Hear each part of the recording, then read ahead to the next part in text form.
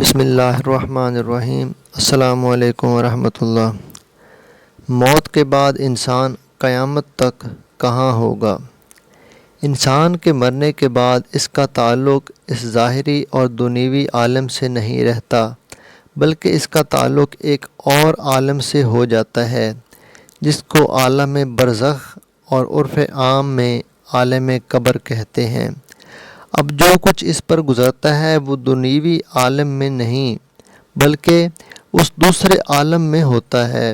اور اس دوسرے عالم کو اللہ تعالی نے اپنی حکمت بالغہ سے عام انسانوں سے مخفی رکھا ہوا ہے،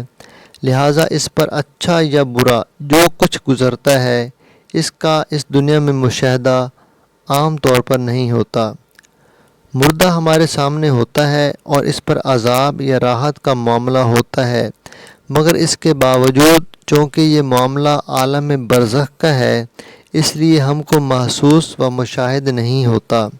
اور ہمارے نہ دیکھنے یا محسوس نہ کرنے سے یہ لازم نہیں آتا کہ مردے کو تکلیف یا راحت محسوس نہیں ہو رہی، بلکہ اسے راحت اور تکلیف بھی محسوس ہوتی ہے، لیکن یہ سب اللہ تعالیٰ نے ہم سے مخفی رکھا ہے تاکہ ایمان بالغیب باقی رہنے کی بدولت انسان اجر و ثواب کا مستحق بھی ہو اور اس کی آزمائش بھی ہو۔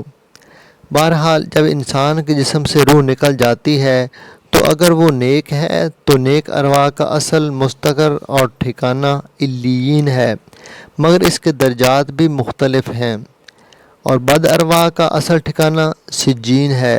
اور ہر روح کا ایک خاص تعلق اس کے جسم کے ساتھ کر دیا جاتا ہے،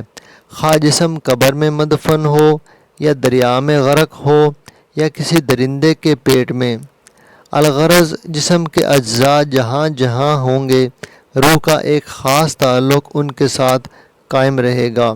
اور اسی خاص تعلق کا نام برزخی زندگی ہے۔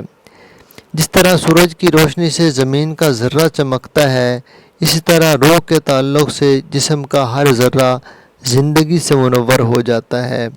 اگرچہ برزخی زندگی کی حقیقت کا اس دنیا میں معلوم کرنا ممکن نہیں۔ علیین اور سجین سے متعلق حضرت مولانا مفتی محمد شفیع عثمانی رحمہ اللہ تحریر فرماتے ہیں، سجین جس کے معنی تنگ جگہ میں قید کرنے کے ہیں، قاموس میں ہے کہ سجین کے معنی دائمی قید کے ہیں، اور احادیث و آثار سے یہ معلوم ہوتا ہے کہ سجین ایک مقام خاص کا نام ہے، اور کفار فجار کے ارواح کا مقام یہی ہے، اور اسی مقام میں ان کے اعمال نامے رہتے ہیں، جس کا مطلب یہ بھی ہو سکتا ہے کہ ان کے اعمال نامے اس جگہ میں محفوظ کر دیے جاتے ہیں، اور یہ بھی ممکن ہے کہ اس جگہ کوئی ایسی کتاب جامع ہو جس میں تمام دنیا کے کفار و فجار کے اعمال لکھ دیے جاتے ہیں۔ اور یہ مقام کس جگہ ہے اس کے متعلق حضرت براء بن عازب رضی اللہ تعالیٰ عنہ کی طویل حدیث میں ہے